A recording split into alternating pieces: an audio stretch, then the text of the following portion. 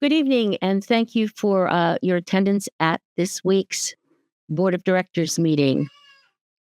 Let's start our meeting out with the Pledge of Allegiance. Everyone would please stand.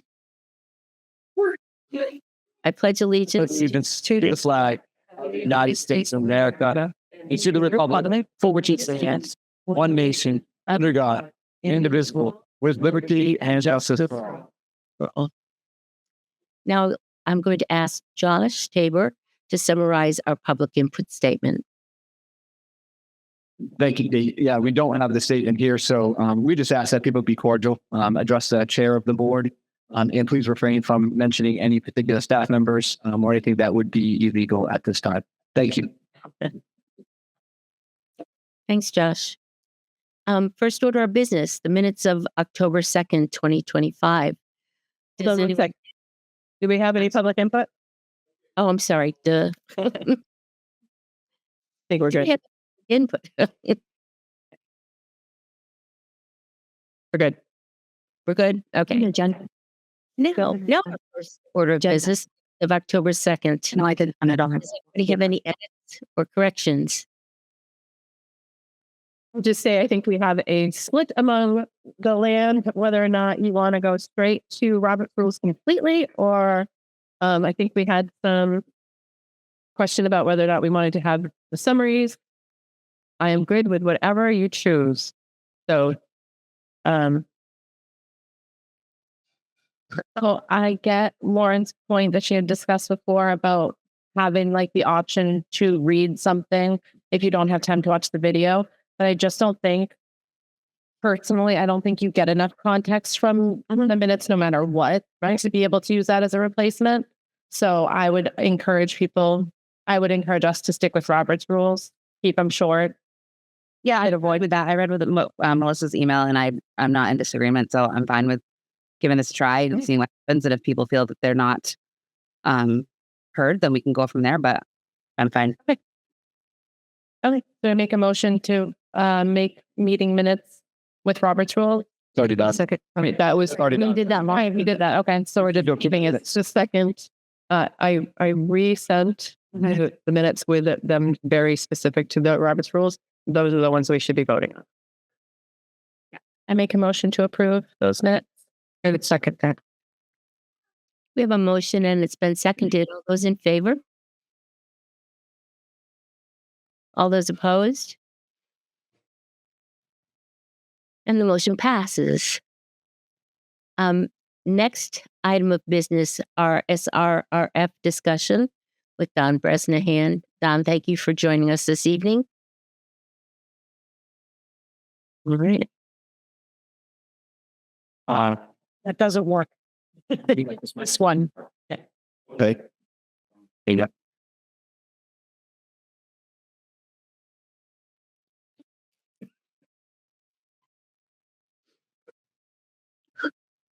Good evening, folks. I don't know. You have the coffee yet? Oh, bring it back up. No. Okay. Now that get it. So a couple of things. We're going to talk about, and sorry for the audio-visual difficulties, but we're going to talk about the State Revolving Renovation Fund, or SRRF. So I'm back for you because of a couple of things. One, to help celebrate the fact that we completed those projects at the 4 schools. That was done, the majority of the work was done over the summertime.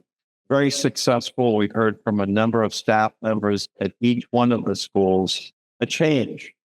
The hard part about ventilation is that you really can't see it because it's up in the ceiling, that's in mechanical spaces, but you sure can feel it.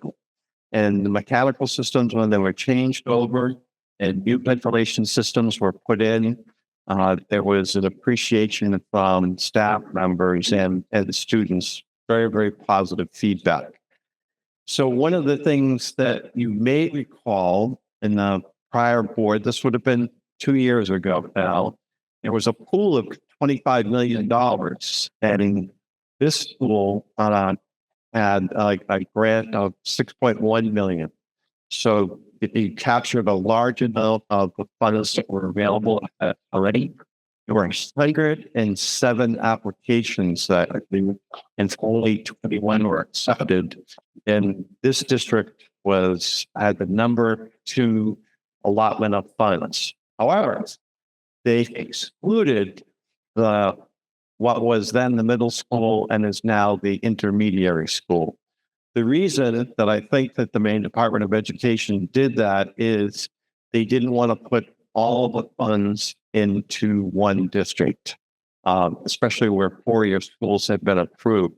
Right down the road at MSA or RSU 16 in Poland, they had 4 applications and none of them were accepted. It had a lot to do with the way that their particular grant writers had filled things out. So we've been retained to actually resubmit those on behalf of that district this year. Let's get back to you. The one school, again, was what was then the middle school, and it missed a cut by like a half point. It wasn't that it was way down the line, like they couldn't see what, and I'll introduce here Mr. Steve Ferguson. Steve, he'll come up here in a second, but he's the president of ARIS. So he writes up all the technical write-ups in terms of what the ventilation needs are for the school. And Kevin, who doesn't need an introduction, will tell you from a maintenance and engineering perspective, it's really difficult to maintain systems that are just on the brink of the end of their life, which is 20 years.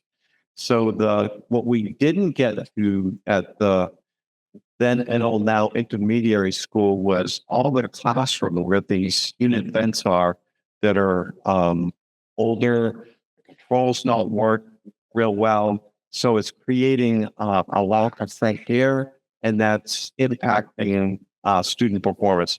We can talk a lot about things that are controversial, Tylenol, shots, mats, but ventilation air, there's no controversy whatsoever.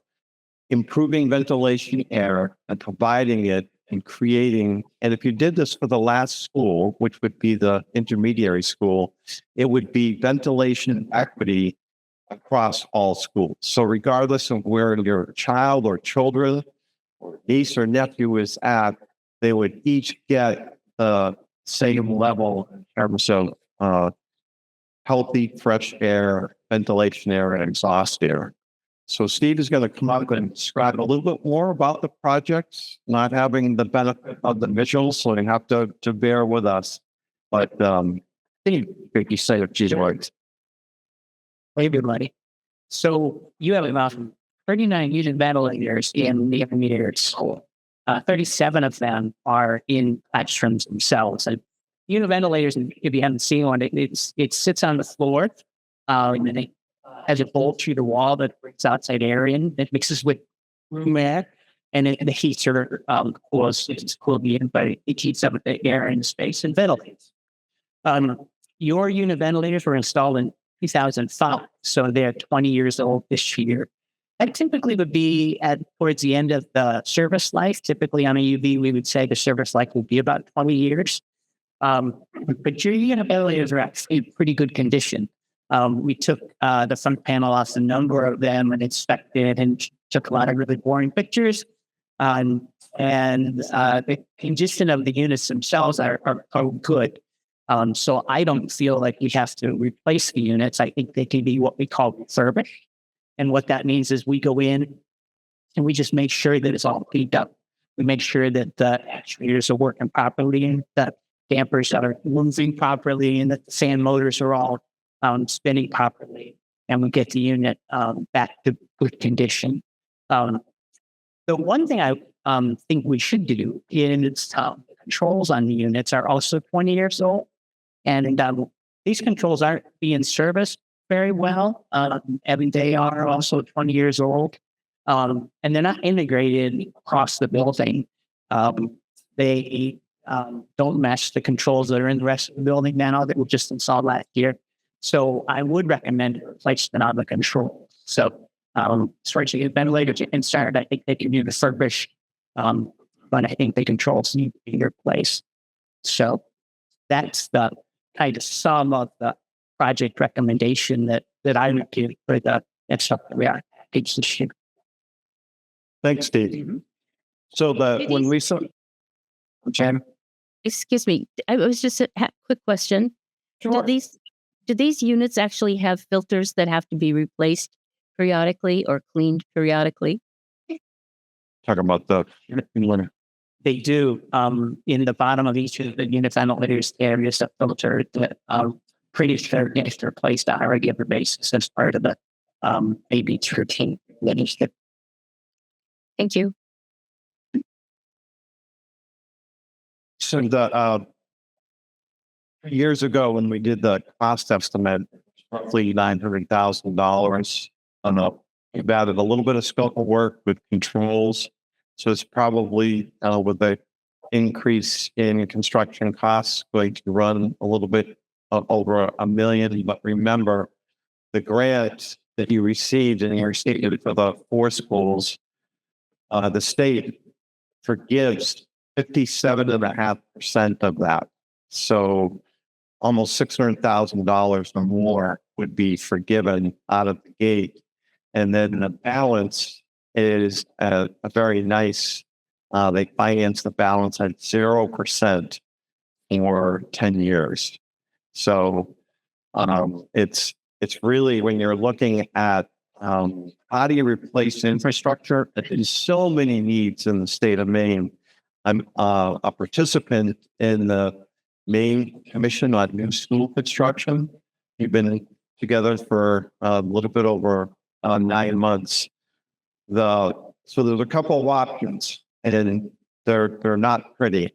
The state of Maine and the 574 schools that are in the state have an infrastructure need that's been estimated at $12 billion. That's what it being. That's a huge number. The state goes through a process every 7 years to replace essentially 10 schools, 8 or 10 schools. So out of 574, you're replacing only about 1.5% of the schools. So what do you do when there's infrastructure needs and people like Kevin are coming to you and saying, the controls don't work, the staff is uncomfortable, and that's where the revolving renovation fund comes in. And so it's a very good program. It allows you to stay within facilities that you have, because replacing a facility is, it's a daunting process. And again, because of the limitation and space capacity, you're looking at something that sometimes it takes years and years, if not decades, to get the school replaced. So this is a very good option. So we're here before you tonight because the revolving fund application itself, we have to revise it and resubmit it. And we're willing to do that as part of our ongoing partnership with the school, but it needs to be in by October 31st. So it follows the same schedule as before. You submit it on October 31st.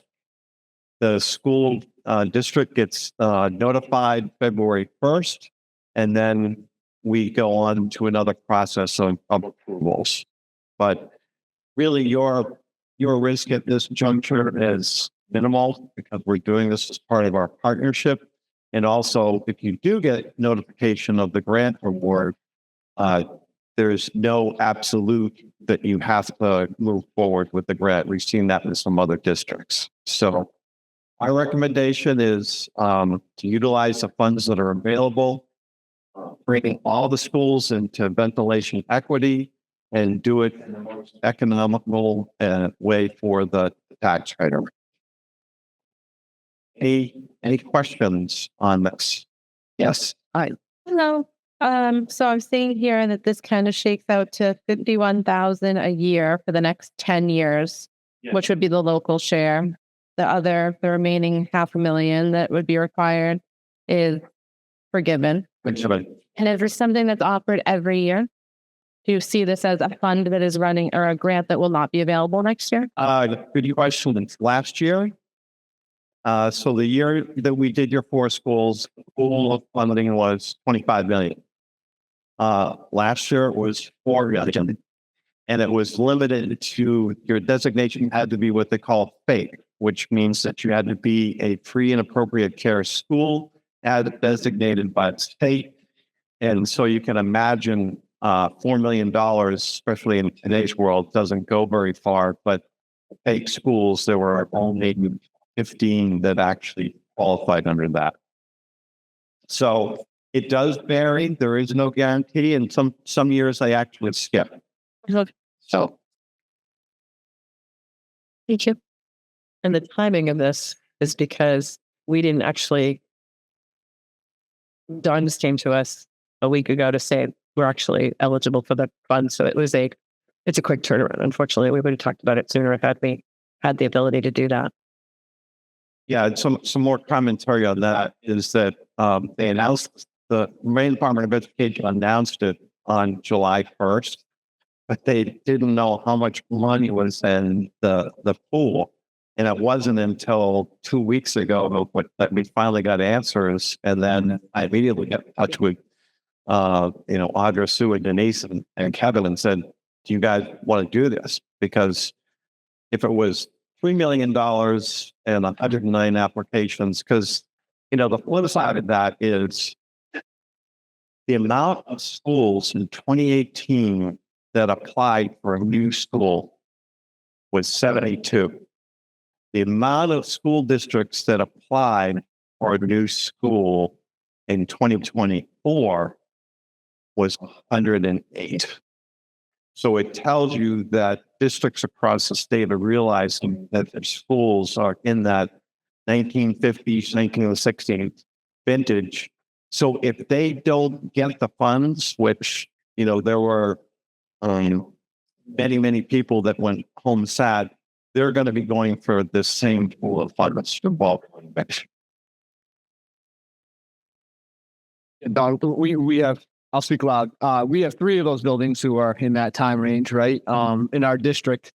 And a couple questions. How much is actually in the pool for this year? 15 million. 15 million. And so now we're having discussions about facility usage here. And one of the things being talked about is whether we would have a long-term future for the building that we're talking about here. No decision has been made. I want to be clear about that. But it's obviously part of the discussion. It's a very old building and might be better use for our students and our community to do something different. So I think it's important to keep that in mind. The other question I had probably for Kevin, Univents, so we've replaced the Univents in all of our other buildings over the last how many years? Last year.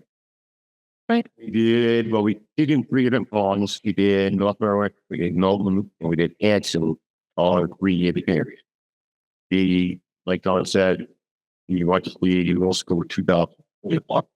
And Lebanon Elementary, well, it's done in 2003.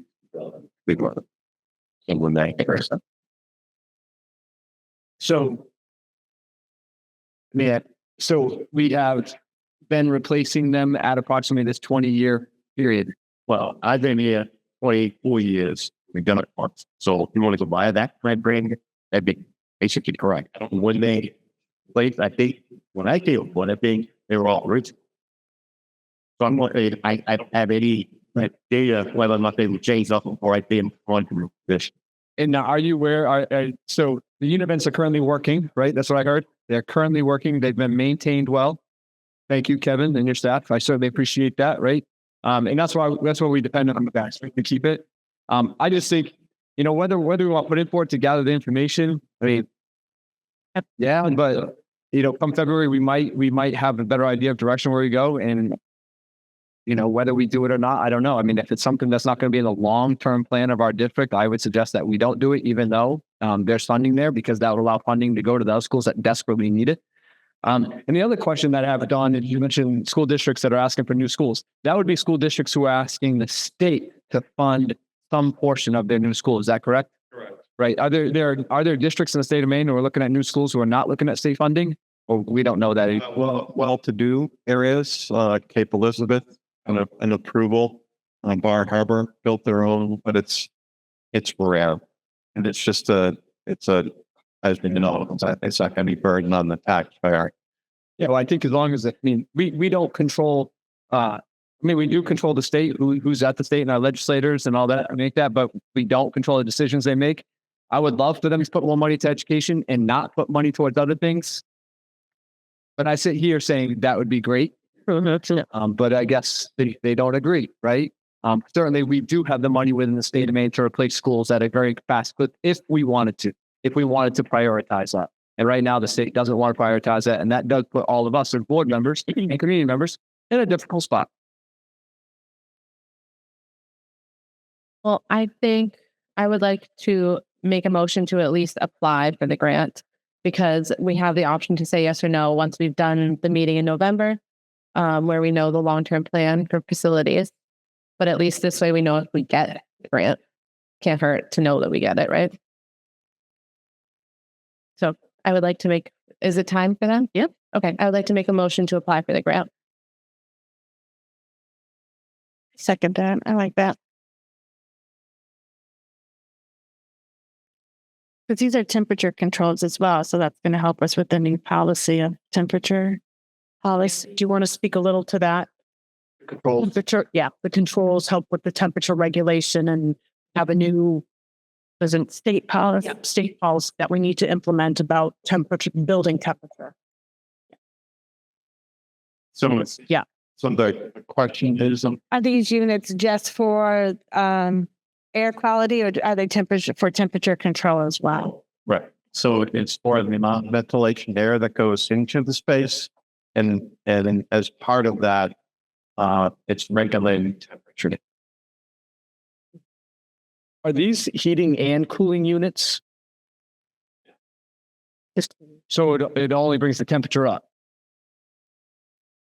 Right, but it can also bring in, it can, during the night, if you've got 60-degree air, it can pre-cool the space. So you can, not to the degree of air heat, right? But it can pre-cool the space. Yeah. Okay. A brick building attracts a lot of heat from the sun during the day and doesn't really cool off very well at night. So but yes, I understand what you're saying.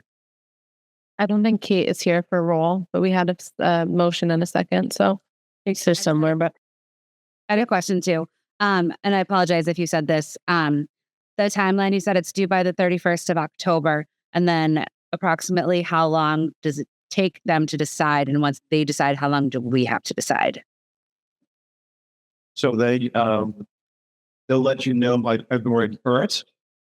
And then they ask for the main bond bank, ask within 90 days that you go ahead and let them know that you're committed to it. Awesome. Thank you. Okay. So that's good to know. It's kind of in line with our budget conversations of facilities and everything. Awesome. Thank you.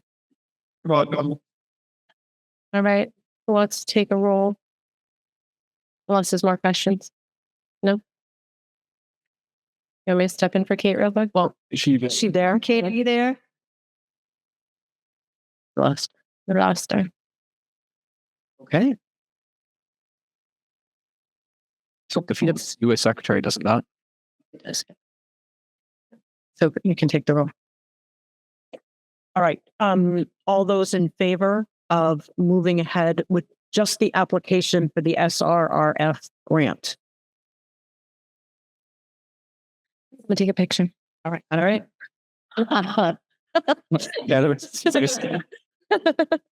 Great. Thank you. You wouldn't believe it.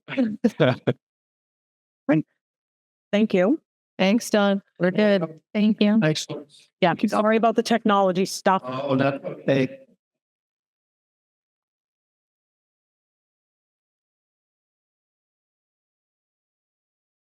Okay. The next thing we're moving into is the financial summary. And this is our first summary for September of 25. So Denise is here to go over that. Jen did share that out last week with the agenda. That's a investigation. We start with that with the place space. And I don't, the summer is a difficult time for it because we have a fluid salary that get back to prior year. You know, it's not really teacher salary until September. Most of our places are paid for by September and really just ordered over summer. So this is usually where we start. And the purpose of this form is to keep the board informed at a high level about where we stand with revenue and expenses. There are times as we go through the year, for example, last year we had a lot of conversation about transportation for athletic teams and the cost of renting those. And this year we have hired a bunch of drivers that do athletic comms only, or that's the majority of they do. Guidation helps us save money on that sort of thing. So what you'll see here in the summary is that at the top, we have two primary sources of revenue for the district. We have the state subsidy and we have the local tax revenue. We do have other funds. I think you all saw an email from this weekend, which kind of broke that down into much component parts. But this is all general fund revenue. This is not grant revenue. This is really all of the working parts of what we see. And then below that, you'll see the expense categories. These categories are determined by the state, and all the school districts use them. We have columns for appropriated, which is the budget amount. Expended, which means we actually written the check and paid the vendors. We have encumbered, which are expenses, for example, salaries and benefits. We know if the teachers have been paid for the month of September on their new contract, we know there are 11 more months to come. So those numbers you'll see, for example, under regular instruction, the 16.5 million is generally, there are some POs and things like that in there, but generally it's salaries and benefits that we anticipate for the year. So when you see that 95% of that category is encumbered and spent, you might panic because it's only September, but really it's, we're taking into account the majority of the salary benefits. And then, you know, again, down below the expenses, you'll see the percentage complete of both the fiscal year and the school year. And I guess that's something I have to speak tonight. I don't know if you have any questions. I will say, I did want to say, sorry, one more thing.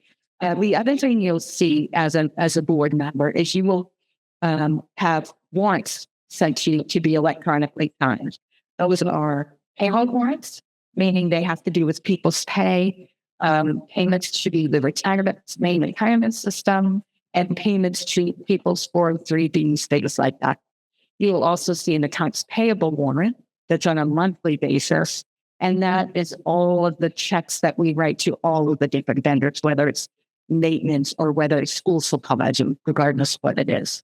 And the responsibility of the board is basically to run the organization, and by authorizing and confirming those payments, you're keeping the business running, so to speak. And that's why the board is required to sign off. We need to have at least a core sign off. And Audra and I also have to sign. Okay, sorry. No, that's okay. So I noticed, so for regular instruction and school administration, we have, it looks like the same situation with the encumbered amount and 5% remaining for both of those. Mm-hmm. So does that mean, are we saving that 5% for like filling a position for regular instruction? Like, or is that just going to end up extra that we might be able to allocate somewhere else? So it's really too early to say, but in general, school administration, if you look at the budget, it's primarily people. Mm-hmm. The school, this is the categories for the school office. So it's for principals and school secretaries. Yep. They do have small amounts for supplies to run the office. They do have, different schools have different size things. AJ has some expenses up there for inspecting rough walls. And, there are various expenses that we don't have purchase orders for yet. So those haven't been assigned or encumbered because there's not a purchase order yet. So it's too early to say, yes, it's going to be left over, and more just as we go through, you'll see it go down. And is that the same situation for the regular instruction? Is that includes the class? A lot of regular instruction are teachers and texts, that sort of thing. So that's why the majority of what that budget is so high. You also have though things like books, crayons, laminated costs, things like that. So you have all of those things that filter in, but they don't all come at once. They don't all have to be spent by September. My thought process and why I'm asking is, so if we have an extra 934,000, which I know is not extra because it could end up going to supplies and things like that.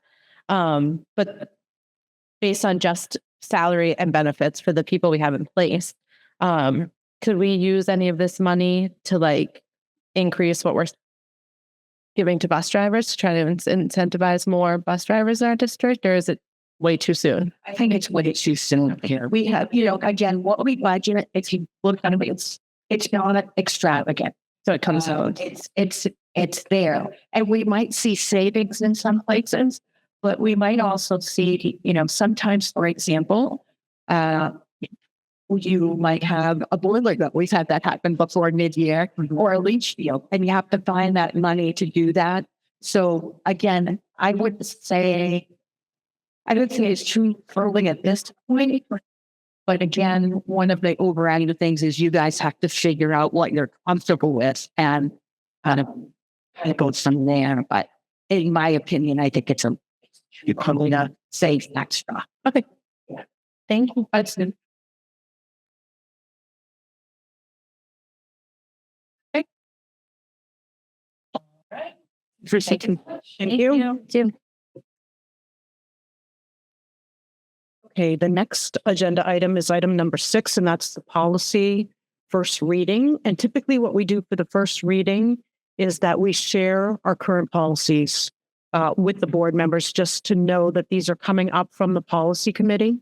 So it's not really a part of discussion at this point. The two policies that we're currently working on is staff conduct with students and the child find policy. But we front-loaded some of the policies coming up, so you have a first reading of all of those. So you see those are all coming in over the next couple of weeks.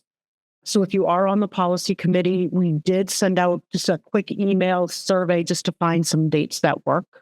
And so that's really the first read. It's just that you have had an opportunity to look at those current policies.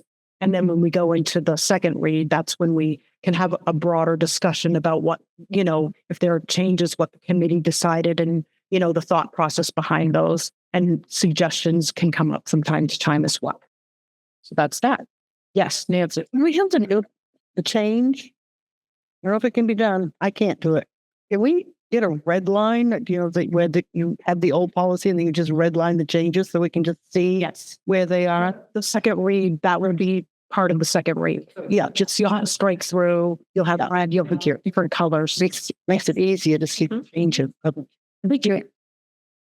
Were these sent to us? They were electronic. Oh, so we have to just click on Yes, you do. Okay. I know. I don't look at that one. Okay. I scanned. They are. Yeah. Yeah. Saving paper, Jerry. So, but as I mentioned, the first two policies that we're going to be working on is GBEB and then the child find one, which is directly under that. We're almost done both of those policies. So those will be coming forward first. Also for the committee members, we have 2 physically present.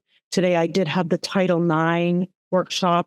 So I do have very rough draft of what our Grumman and Woodsum suggested. So I have hard copies just for the committee members. So you can see it. It does not have our district in it, but I wanted you, because it's lengthy, just to have a hard copy of it. So you have that information going into the meeting.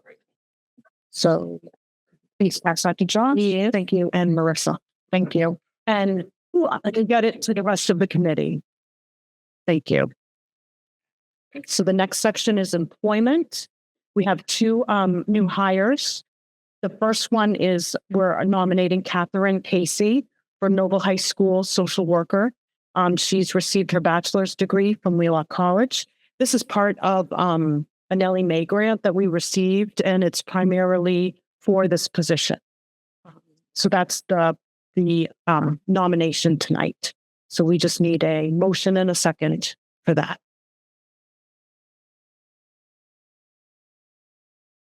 I make a motion. I'll second it so we can talk about it. What's the Ellie Mae grant for?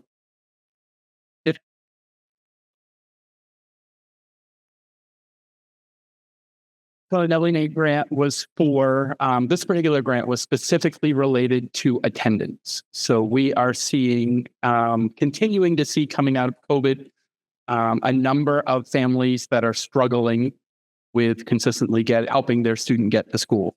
So this position is completely and sort of uniquely focused as sort of a school to home liaison to help families. Our chronically absent numbers continue to be approaching 30%. And so it's something we really feel like we want to take a swing at and see. So this year is truly going to be looking to see the data. Is this something we can move the needle on? Because if we're able to get these students back into school, then yes, that'll be worth it.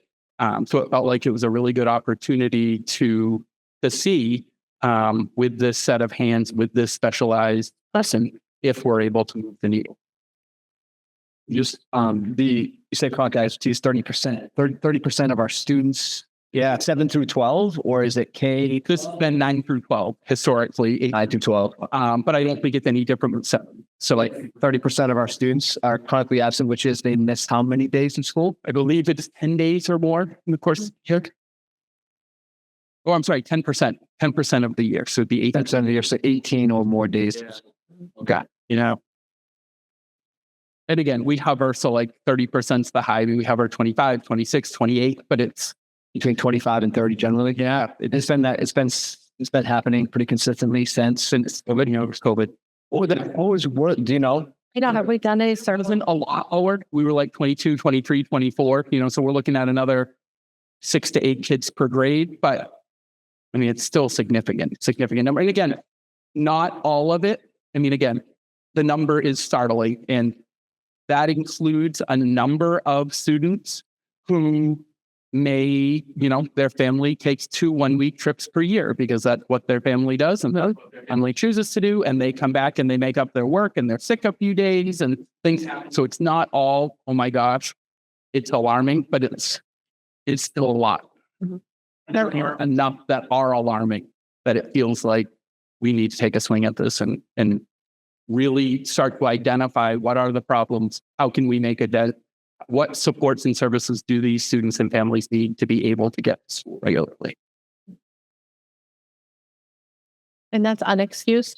I don't think it's either. So the difference is, and it's sort of the verbiage of it. So truancy applies to students who miss 10 or more days unexcused in a year or 7 consecutive absences at any point during the course of the year. So chronically absent is completely separate. It can be all excused. It lived again instructional time. Yeah. Okay. Yeah, but the days missed are the days missed. And thinking back to, as a math teacher, a student who misses 18 lessons in the course of the year, like that's, again, better, of course, if the family reached out and said, hey, we're going to be gone in November. We're taking a week after Thanksgiving. Yeah, we can plan, but it's still not the same as being there. So, AJ, what is the goal? Like, if you're at like about 30%, if this is successful, what percent will you be at? I would like us to be under 20%. Under 20% is the goal. And you're going to measure that success straight up by absentee, all inclusive, or are you measuring the candidates that she's going to be working with, or he, or is it she? Is she going to be working with? Are you just measuring the population that she's going to be working with? Because I'm thinking like 30%, right, is around 60 kids per grade level, 60 times 4, 240 kids. Like, no way, one person's going to, no, but if the 240 kids, looking to move it, say 8 to 10%, and we're like, and we're going to focus on, so I guess part of that, to answer that question, our focus group is going to be grades 9 and 10. So we're looking at that 500 students. Right now, we're looking at roughly of that 500 students, something like 150 are missing that time of school. We would really like to move the needle with 40 of them, something like that. And my last question, which might be the most difficult. That's okay. Say this is successful. Are you prepared to eliminate position at the high school in order to keep this one? Yeah, we may need to. Yep. Or absorb it another way, or look to see, or It's about choices. If we're adding something because under grant, I understand. yes. So I'm willing to say, hey, the grant is paying for this completely, or the majority of it. Like, what's the completely, right? I'm all for this. Is great, right? Yeah. If it worked out, wonderful. But if it switches where the grant is no longer there, Right.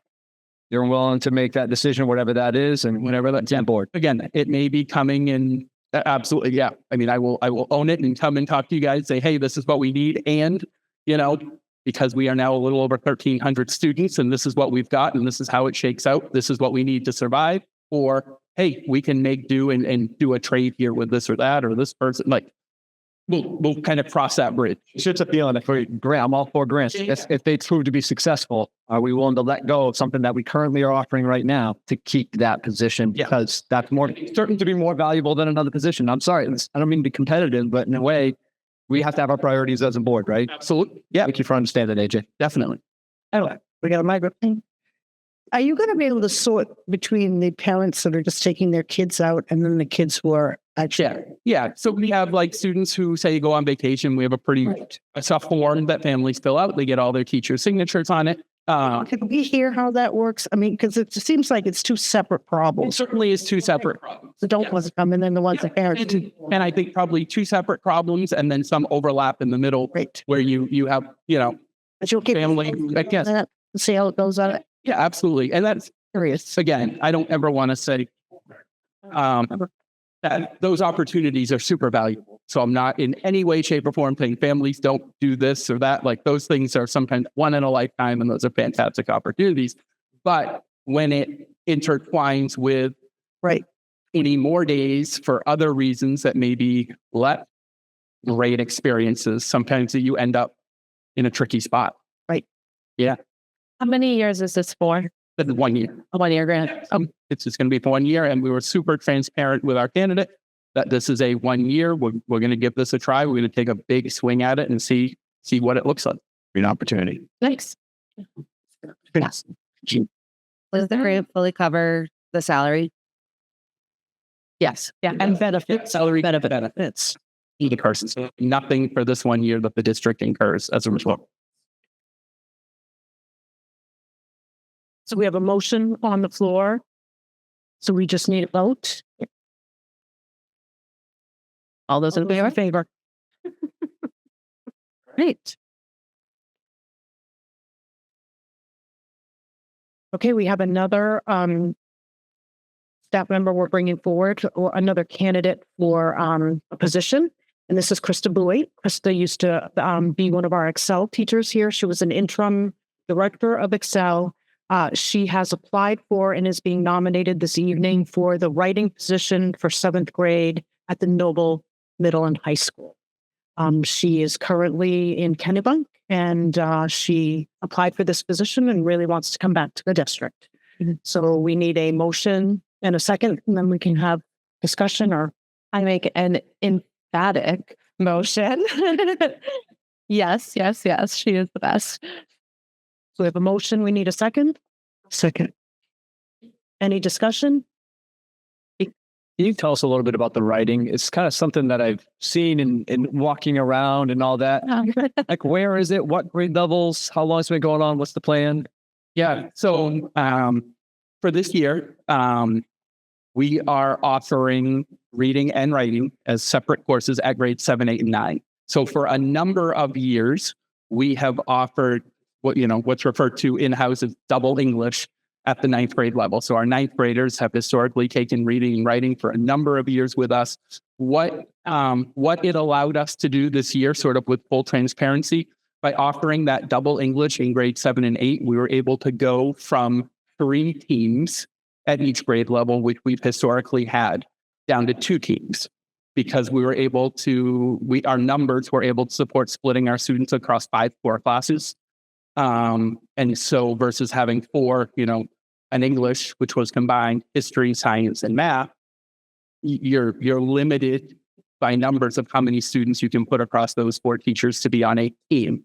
So historically in our building, like last year, for example, we had 3 8th grade teams with, again, one of the many benefits of welcoming grade 7 to our building was being able to run a more middle school centric schedule that I think really supports their learning. Instead of having the 80-minute classes every other day, they're able to have 48-minute classes 5 days a week. 4 days a week. Wednesdays are a little shorter because of our early release.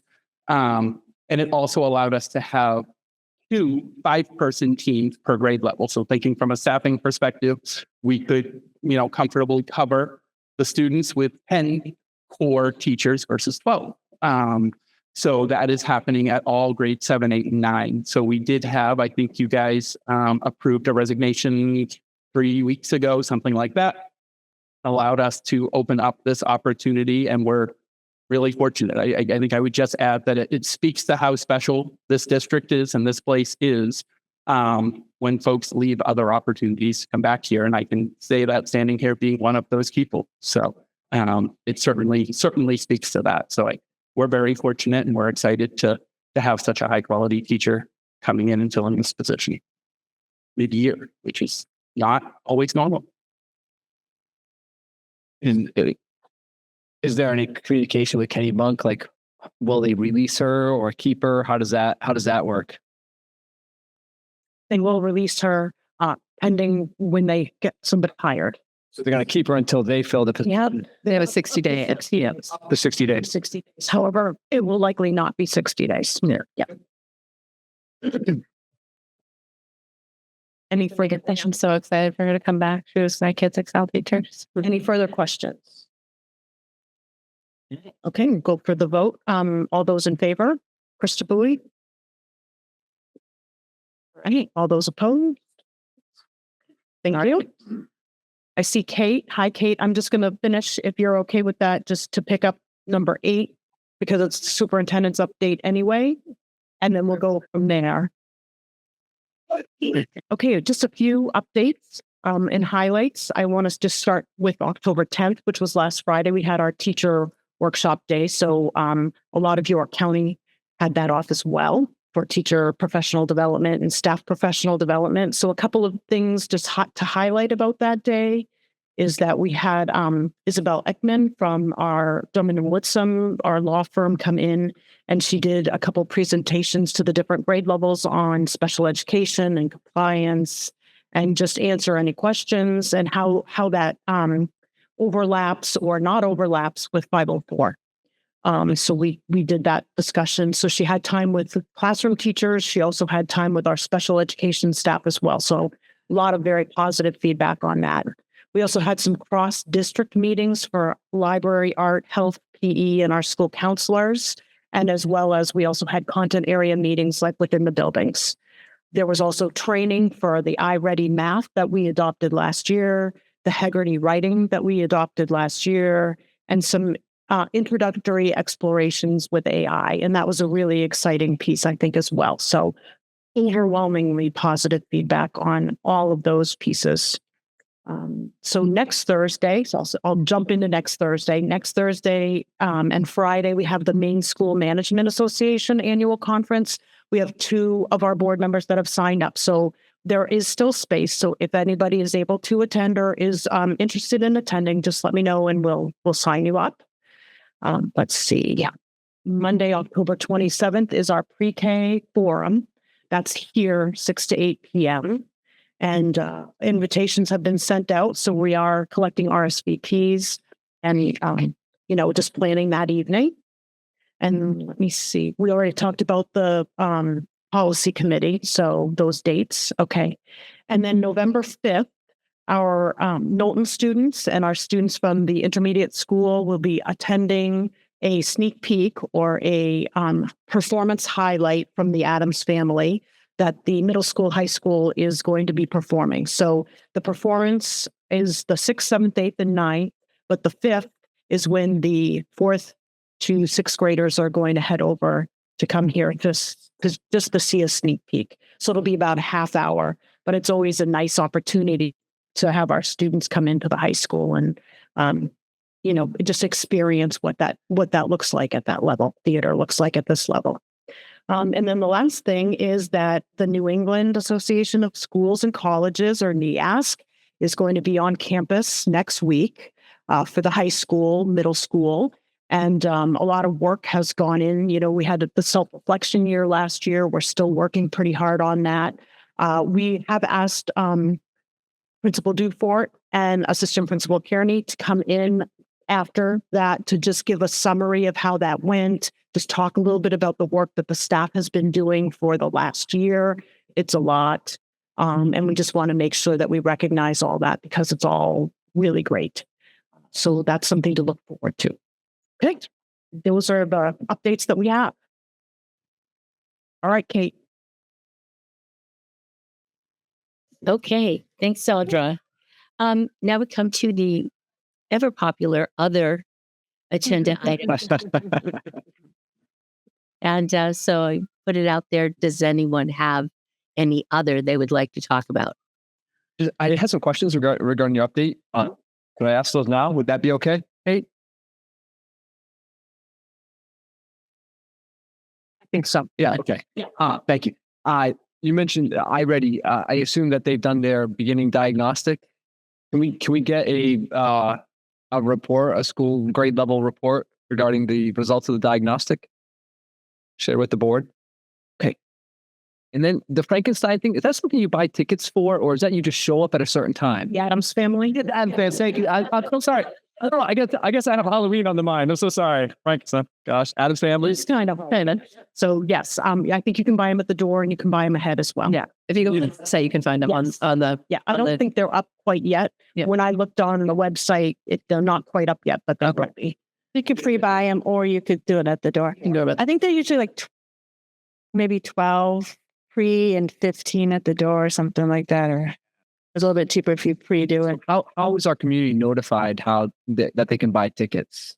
Yeah, I know we go through the regular channels, but There's posters that the kids all get and they hang them up around town or they keep them for mementos. yeah. No, And unfortunately, the sign does have, I say unfortunately, there's a sign out the front sign, but unfortunately, it usually just comes up like the day it starts. So it doesn't really give the community planning notice. We should put them in the library. I take my little, it's like I used to see the little kids. It's such a less expensive It will option. be in the newsletter, like we do time, like the newsletter's going out November 1st. So that we will cover that in the newsletter It as would be great to get more community because it's a very cheap theater and professional, great people up there. I mean, they go in the speak code. I mean, Also a moneymaker. I mean, yeah, amazing. Well, no, it goes back to that program, but just the copyright to pay, like they make nothing because the copyright of it and stuff. yeah, I'll tell you, my big draw was visiting the high school, and one of the students that showed us around the high school is going to be in the performance, and he asked us if we were going to be there. Yeah, we're going to be there. So I want to buy tickets for certainly for that reason to see that autographs. Yeah, I want to get his autograph on my program. So I was wondering, how can we buy tickets? So should I keep an eye on the website after November 1st, or are you saying I should look at the website in the day of the performance? Like, No, probably a week before. okay, I'll hook you up, Don. thank you. I'll send you that email when I get that. I'll bring my Yeah. out for some theater. It's a beautiful theater. It's a beautiful performance. Like I said, professional theaters on that stage. We're very lucky, and it should be seen by a lot more people. Yeah. Little Mermaid that was here last spring. We had children dressed up in costume, so it was just a nice community event. It is. Some other things, but I don't want to monopolize. So I did have one other. I had a couple of parents come to me wanting to know if we could get more access to the snack shack at the Mary Hurt Academy. Their impression was that it was being owned and managed by the Booster Club. Is there a way that we could open that particular facility so that other parents could have snacks and drinks available during their games. Help me with that. Are you talking about at the Mary Herd, like during the rec? Sporting events, yeah. Rec.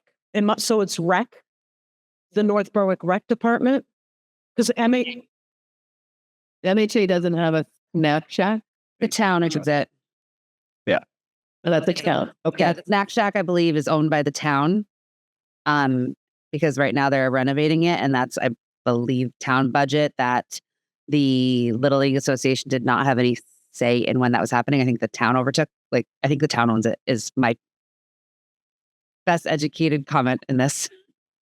Yeah, Okay. okay. I wasn't quite sure where to start. Well, maybe a conversation with, oh my goodness, the rec. Yeah, with Kayla. Bell. Okay. Yeah. Okay. All right. I'll follow up with that and I'll report back. I had like two small topics. One was I know iReady took a long time to get from start to finish. And I know we're started working on reading. So has that started? We're starting to work on reading. And it does take, a cycle does take a year. So yes, we're starting to work on getting the group together, which teachers we're going to have participate in that as well. Yeah. I know it takes a long time, and then we just haven't heard an update on that. So I just want to make sure that's started. And then you didn't mention a transportation update.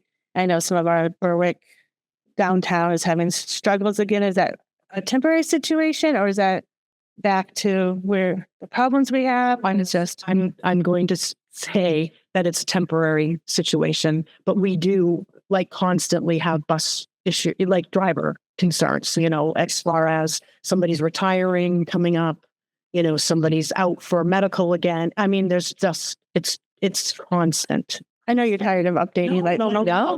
because it's a problem. So it's a big fire and stuff. But I just wanted to.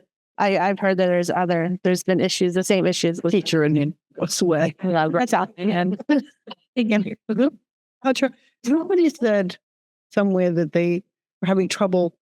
Sorry about that. Wanted to apply for bus driving position. So they went on the site that you post the positions. I couldn't find any positions posted. Are we not posted? So School Spring and In Spring both of those have the bus driver. Can you double check that? Because I can't look for that. And I couldn't. No, we're being charged but for Indeed for that. So Can you double check it? Because I could not find anything for bus drivers. we'll check. They've been running for years, but Well, that's what I when I looked, what happens is sometimes if you don't refresh, it goes down the list. So our has to refresh to get it up to the top of the list. So we'll just make sure that's thanks. Thank you. Good point. Yeah. And if that doesn't work, Nancy, have the person call the office.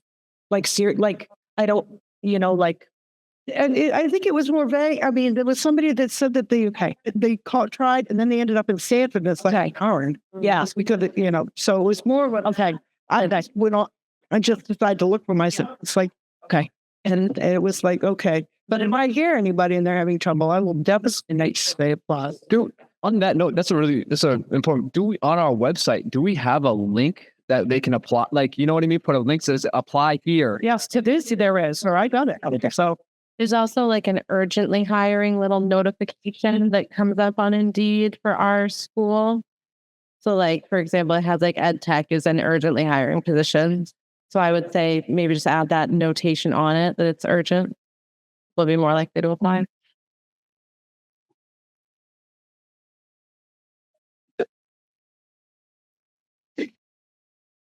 I think, Kate, I think the question might have actually been about the snack shack at Noble Intermediate School, which I also was just recently in a meeting and heard that the boosters own that one. So I think that's the question so that one's on school property. Did the I booster, think the Squires own that one. yeah, so that's that's on the Squires, the Squire. they take it over and it's still property of MS 8060. I think they officially. or can we look into how that? It is on MSCD 60 property. So they have taken over the caretaking of it. So they maintain it and keep it going. So I think it's a conversation we would have to have with the Squires too, to say, you know, are they willing to open it up and share the space? So the Parents can help facilitate. in that conversation should just reach out to you guys, or who should they? What's their best path of communication for that? I think community member to community member first. Like, so if they'd be willing to reach out to the Squires and see, and then if they have pushback, maybe we can talk about how to mediate that. If that makes sense. That makes sense. Yeah. Okay, perfect. Thank you. Oh, just a quick update. Sorry. Here, you want this? No, I really don't. Neither do I. Well, Take it.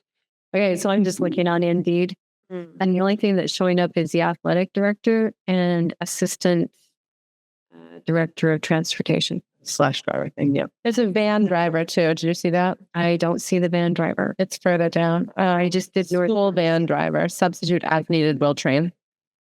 We will we'll tape it down for sure. Make sure that everything's up to speed.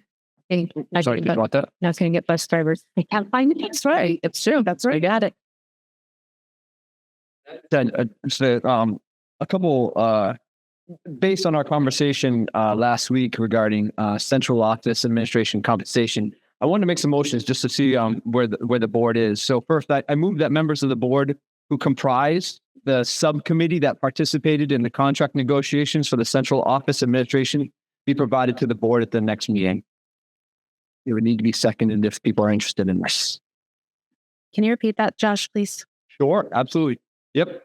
I move that the members of the board who comprised the subcommittee that participated in the contract negotiations for the central office administrative team be provided to the board at our next regular meeting.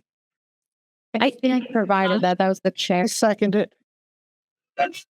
Yeah, Josh, I think that we talked about this, that there wasn't a subcommittee. Is that correct? I mean, if I'm wrong, Sue and Audra, please correct me. But I think that it was communicated that there was no subcommittee. It was negotiated between the superintendent and the school board director. Board chair. Board chair. Yeah. We can provide that right now for you. Okay. It's new, right? That's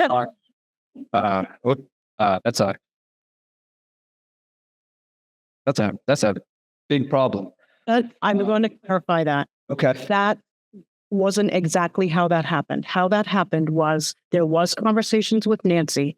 However, as we talked about last time at the meeting, you were given a document that had the full amount of money that included the salary, included the benefits, and all of that information, just as you had asked for these positions. So we handed that out. There was discussion and a motion, a second, and a vote on that. And that is how that was done. What you're talking about is separate from what I'm talking about, right? That information is provided after a contract is ratified, after there's agreement by the district administrative team and the board, just like all other contracts that we have. I understand that information was provided after. What I'm asking for is who was part of the negotiations. So that goes to what Kate said, that the original negotiation occurred at the date of hire for the positions. And that is how it has been historically, that it is between the chair and the superintendent, and the chair gets feedback from the board, and then the contract is developed. The chair signs the contract, and that is how that occurs. And we are aware, right, that the contract that was signed by the chair, right, does not include any percent increases over the 3-year contract. Because we do not have, that's not the way our contracts have historically been written. I did ask at the last meeting if you would like us to do so, we can create a contract that does that. So the contract that was agreed to between the board and the district office administration, I need to be clear about this, right?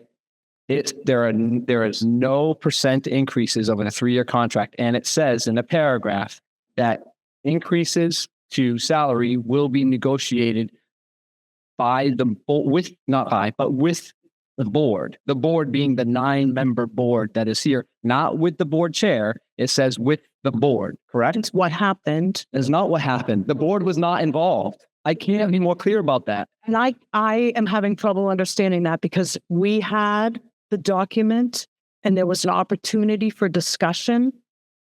There was no opportunity for discussion. No, that is not what the June 11th meeting reflects. And I encourage our board members to go back and watch that meeting. That is not what happened. We have a violation of a contract. We have a violation of state statute when it comes to compensation. Like, this is a major problem. I'm really upset about it. And I'm sorry to get charged up, but I don't think that we understand our role as board members. We did not negotiate that percentage. It was negotiated with one member, and chairwomen, chairmen do not have the right to unilaterally make negotiations or decisions without the input of the full board. It's against state statute. You can't do that. Josh, our ignorance in that hold on, can I just 1 second, Kate?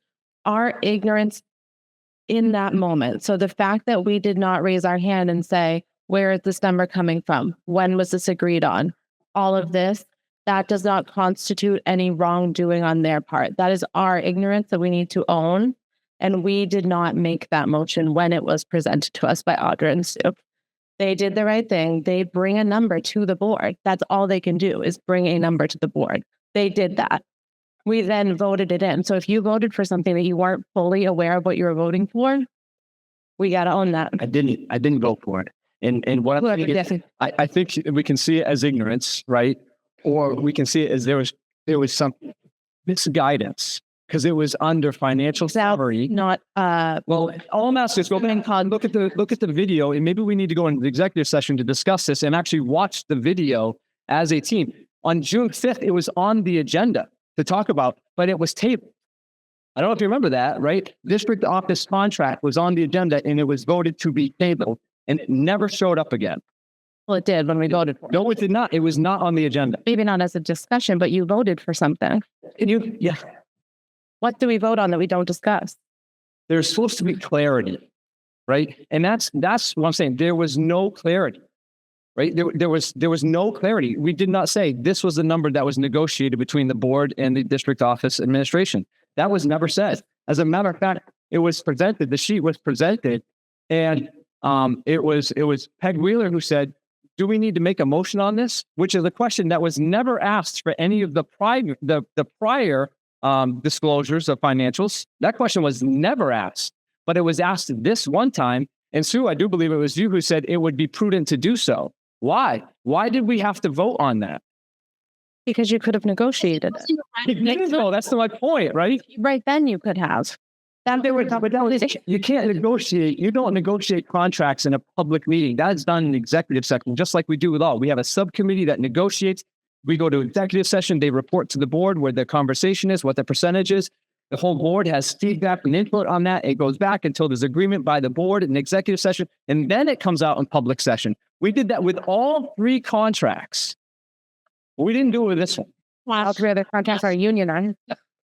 It's so wrong, guys. It's so wrong. If someone wants to litigate this, by all means. Josh, I take the floor. Josh, I want to know, what is the end result of this discussion? What do you want out of this? Because we dug up this dead horse 3 or 4 times now. So what do you want on this? Let us be very direct. Do you want to fire Audra? Do you want to renegotiate the contract? Do you want to sue somebody? What do you want? I want the same thing that I've wanted. I'm sorry. My bad. Use my language.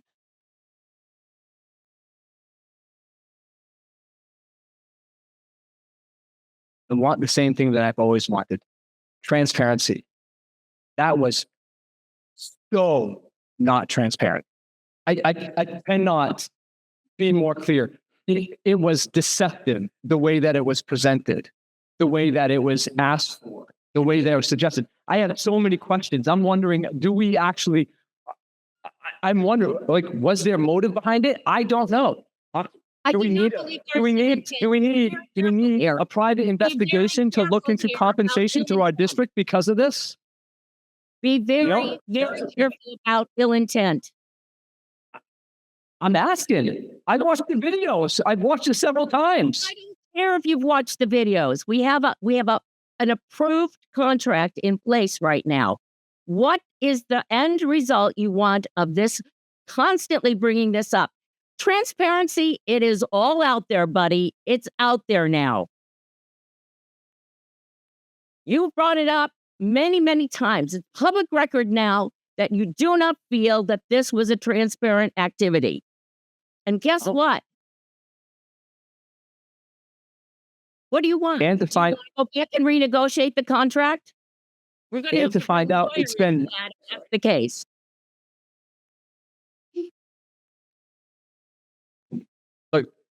if I'm the only one that's upset about it, then I guess it's just on me. And I can't fathom how I'm the only one who's upset about this. This is so wrong, Kate. And I have tried to go into executive session to have this conversation because I didn't think it was appropriate to have publicly. Yet I was forced into doing it publicly last week. I didn't want to do it. I didn't want to do it now. But last week we brushed it under. There was no acceptable, there's no accountability of, you know what? We actually did that very wrong. And we've been doing it wrong for years. Okay. The reason why it continues is because no one asked the darn question. No one asked. No one looked at statute and says, this is the things I should be doing. And we know what our go forward is. Man, That's the reason that problem. I don't understand what you're trying to get at. What do you want out of this discussion? We I can't want go our back school district to be managed well. And if it can't be managed well, then maybe we need to look at new leadership. It should be managed well. We shouldn't have issues like this. Josh, And maybe we need to have a conversation of that as the board. the issue is that you're assuming that someone who has dedicated their life to education is somehow trying, and this is incredibly offensive, to swindle the community that they have dedicated their life to. So it is offensive, what you are saying. It's offensive to the woman who runs our district, who takes care of my children every day. This was not done with ill intent, and your ignorance to how the process runs does not imply ill intent on Audra's part. So if you want to be part of it, then say that for next year. But do not disparage this woman who spends her time doing this. That is inappropriate. We can change the policy next year. You're on the policy committee. Get it updated for next year. We have a 9-person discussion next year. Fine. But do not sit here and pollute our community with these thoughts, saying that she is somehow trying to do something and pull the wool over our eyes. That's inappropriate. It is inappropriate. So do you want to make a motion to have a 9-person discussion about Audra's salary next year? Yes or no? I clearly have higher expectations for our superintendent. I think Josh, can I interrupt you for a second? Just to clarify, we don't have a policy for negotiating contracts with the superintendent. It's that's state statute. The board determines the salary of the superintendent. which we did. No, we did not. Yes, we did by a vote. No accountability. I'm not down a vote. We Look, you can keep talking over me, but we didn't. We had a list of numbers and so I don't want to keep going back on it either, but I asked, I didn't vote because I didn't know what we were voting on and I asked, what is this? A compilation of numbers that the computer added up? Because if that's the case, I have no problem with agreeing to the numbers. That's what I voted on. A compilation of numbers. I had no idea because I hadn't seen the contract until I went home that night and realized there was no escalator in the contract. In order to get your raise, we had to do something. I don't understand why we just didn't sit down and say, hey, guys, we made a mistake on our contract. We don't have an escalator in here. We need to fix it. Can we sit down and fix it? Because that would have been transparent and it would have been okay. And maybe we just said, oh, no, we're not going to give you a raise. You're already got all you make. That was a risk you had to take. But there was an error in the contract. It had your 1 year fee. I forget what it was, but it was for 3 years. Contracts don't run like that. You have to have the contract for 24, 25 the amount for 25, 26, and the amount for 26, 27. It wasn't there. And I thought, oh, so we had a problem. I wish we could have just brought it to the attention of the board and fixed it, but we didn't. We had those numbers that caused a great deal of confusion on my part. And I asked that question. What are we voting on? Because I don't understand if it's a contract or is it from numbers, and it was just the numbers. So yeah, there was some confusion. There was a lack of transparency, and it doesn't hurt to say, okay, guys, you're mistaken. Let's sort it out. We didn't do that. You need to stop using a lack of transparency where we should be using the term, we were ignorant to this. They give us a policy book every year. Josh is very familiar. It's not policy, it's statute. Okay, that's your job to know too. And I do know Sit on this board before you cast your vote. That is your job to know the state statute. That is not their job to teach you it. what? It's not their job to tell you what you're voting on every day, No, it's their job to follow state statute. which they did. They gave you an opportunity to negotiate. They gave us an opportunity and we voted on it. I'm sorry this happened. I'm sorry the contracts weren't read the first year that they were presented. Maybe the mistake would have been found then. But there was a mistake in those contracts, and it needed to be fixed.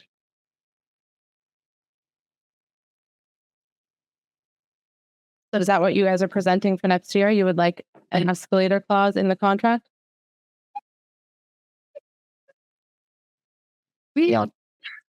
That's what I would like to know. What do you want?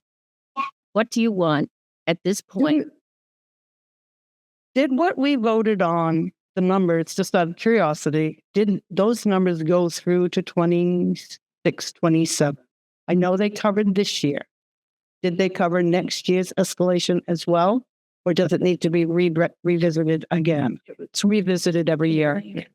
So would we have had an executive session, negotiated those numbers, and then presented it to the board? Had we had the time and recognized it in a timely fashion, would we have gone through that route? I'm asking because I've never done negotiations for central office people. And I'm just going on past practice. So past practice was just the chair discussion and always approved your contract raise? Yes. And historically, the board negotiates the superintendent's contract, right? Do we have a motion on the floor? Can I make a motion that in the future, we follow the state statute when we're negotiating the superintendent's contract, which says the board will make the final decision on the contract? That's it, right? Second that.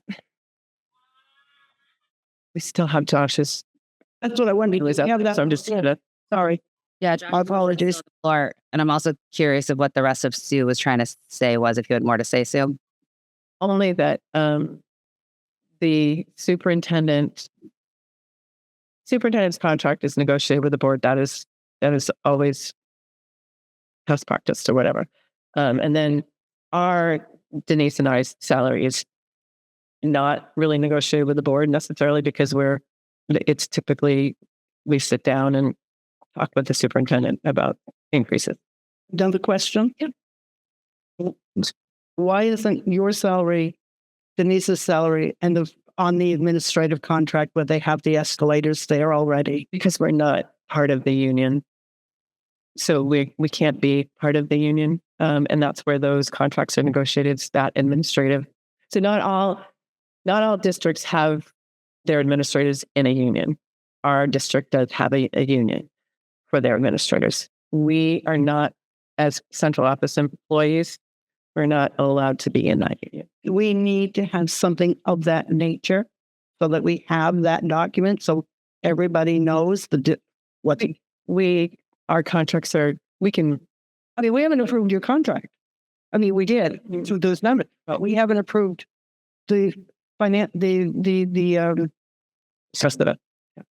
Be kind of down on that facility. Kevin's, the facility. We haven't even seen that one. That is the job of the boards to approve those contracts. Am I not right? We're along the line. We have to agree to hire people and fire people or accept resignations. I'm sorry.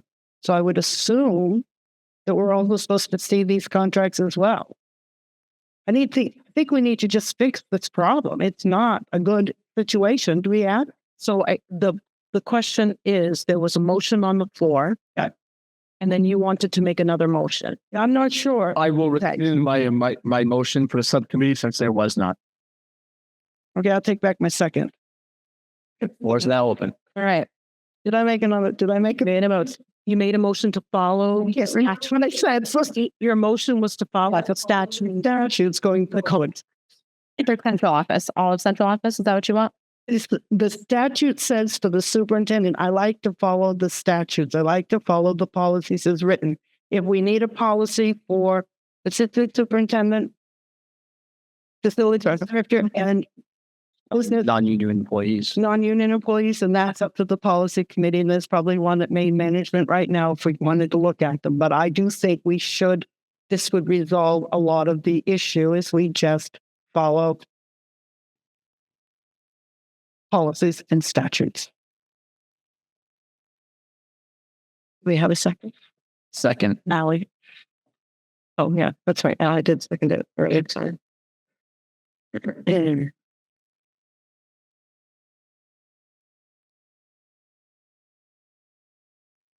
any further discussion? Jerry's, I think, going to say something. Yeah, I'm just trying not to slam it on the table. But truly, there was never a point when we met to discuss percentage or anything like that. That was never touched at any point. So that's part of the whole confusion, because that was never brought up, was never discussed, it was never so. And to that point, that was what that document was supposed to do, to be the talking points for that part. So I understand that It shouldn't have been done in executive session. not necessarily, We do everything because we do everything else when it comes to that in executive session. not at the approval level. We stay focused on this motion. Right, but that is part of it. Is it But you're saying that it wasn't negotiated. Okay. so? What was expected to be done, which is what you're asking to be done here on out, is that be looked at before it just come. Here's figures. Let's vote. That there needs to be a discussion in executive session about what that entails in that quantity of dollars. So do you want to specify executive session in your motion? No, I just want, Or we end up doing it? I think it's important to recognize that we were taught very clearly that we cannot work in isolation, and that includes the chair. So the chair doesn't get to negotiate any contract with anyone in isolation of the board. They do not work in isolation of the board. They do not have any more voting power than we do as an individual. Am I correct in that? You're correct. Thank you. So that was one of the issues that was kind of a sticking point. It's like, wait a minute. The chair works with you to draft the agenda, runs the meeting, controls public input, and after that, there is a limit to what the chair has responsibility for doing. And I think we need to make sure, and along with all of this, is that we get back running the board the way. I also think that at the higher level, the step of the higher, that is when the chair speaks to the person who is coming in as superintendent. And that's when the contract is negotiated. And does the board help negotiate the actual contract for the superintendent? That I believe that they did. Like, it was during COVID. Yeah, it was a little different, but I worked directly with the chair. It was Estrida. Yeah. And I worked with her directly. Yeah. And then it goes to the board to be approved. The board approved it. Yes. So, and then but the salary itself going forward should be negotiated with the board, whether it's in the subcommittee and brought to the full board, or whether it's however. And that's the difference, right? And we can keep going back and forth. We won't. Yeah, I'm done. I've said what I think I said. Hopefully. Any more discussion? Yeah, let's give it a vote. Kate? I think she's on. Oh, you're on mute. Can you restate the actual motion that was seconded, please? Thank you. I have Ms. Sewell made the motion and it was seconded by Mr. Tabor to follow the state statute for the superintendent's contract. And that was, It was- all of those in favor, please raise your hand. All those opposed? And I can't see, so. Yep, so I need to head out right now. I'm sorry. Yes, thank you. Past my time. Thank you.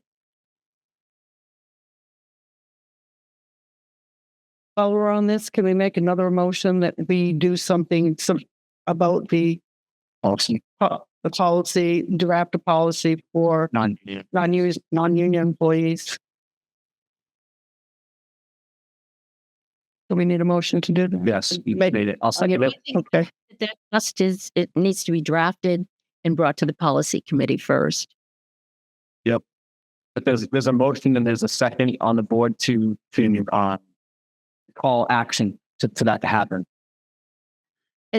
Before I would feel comfortable voting for this, I would need to see this or relook at the superintendent's contract to see if we're voting on something that is in conflict with what's in her or what's in the contract, to make sure we're not double dipping and taking ownership of something that is already in an approved contract. Does that make sense?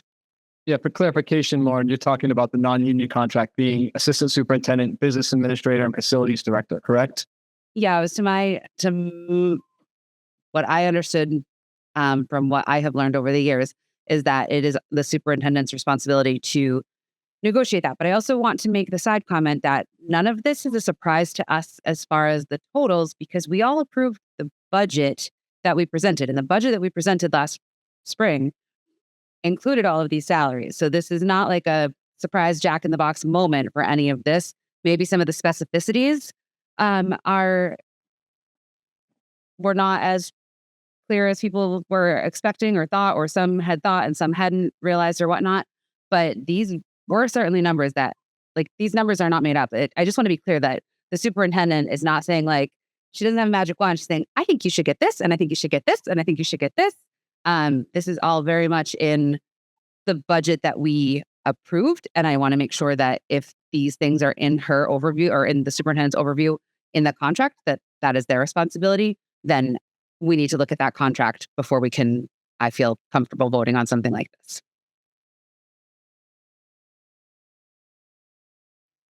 I would say that the policy committee would have to review those contracts as part of that process, right? I mean, we can't No, I think conflict it's the board's- contracts. I think it's the board's responsibility to review the contract.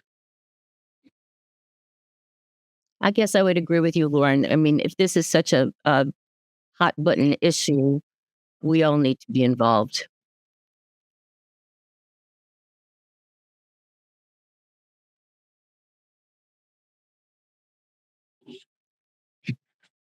Since we were all supposed to be involved to begin with, and I didn't vote for the budgets. I voted, but I did not vote in favor. That's Jerry? Yes. Okay. The question. Do you guys just want to vote? Okay, I called the question. Yep. So all those in favor, raise your hand.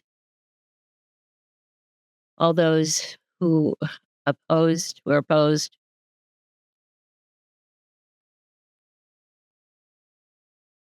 Okay, where do you stand? I abstain. Okay, so we have Travis rated 2 and an abstention. Okay. Motion passed.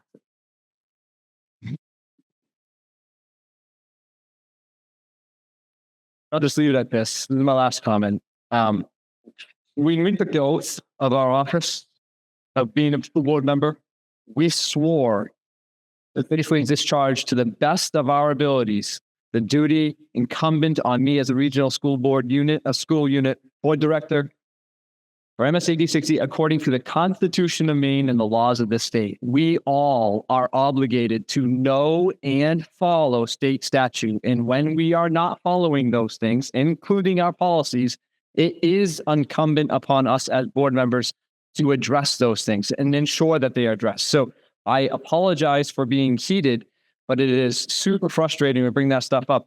We have to address them. We can't just talk about them and call it good. We swore to do that. That is our duty. And I hope that we will take that duty serious moving forward. Thank you. And Josh, I would like to also say there was no ill intent in this situation on the part of any board member or the board chair or the supervisor or superintendent. There was no ill intent. And you still are leaving the impression in the air that there was ill intent and there was there was not transparency. And I want it to be on the record that this board was informed, and we may not have gone according to the state statute, but the state statute also is not prescriptive as to how the board approves a contract. So, I understand you're angry. I understand you are you're a rules guy, and rules are important. But there was no ill intent to break any rules or laws in this situation.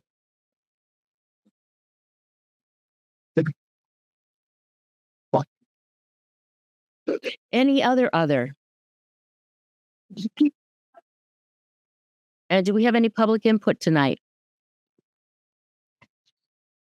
Doesn't look like it.